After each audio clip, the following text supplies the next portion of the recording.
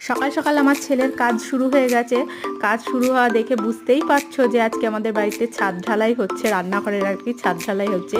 তো আজকে সানডে, ওর তো ছুটি, ওর তো খুবই ভালো হয়েছে। আর ও এইসব কাজ পেলে আর কিছু চায় না, বালিঘাটা, পাথরঘাটা, সিমেন্ট ঘাটা এইসব ও খুবই ভালো পারে।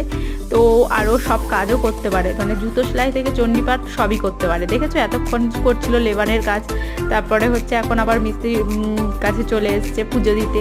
তো ব্রাহ্মণ হয়ে চলে এসছে পুজো দিতে। তো জুতো সেলাই থেকে চণ্ডীপাঠ সবইও পারে। একটা বাচ্চা ছেলের কাজ, একটা বুড়োর কাজ, একটা আর কি লেবার মিস্ত্রি সব কাজও পারে।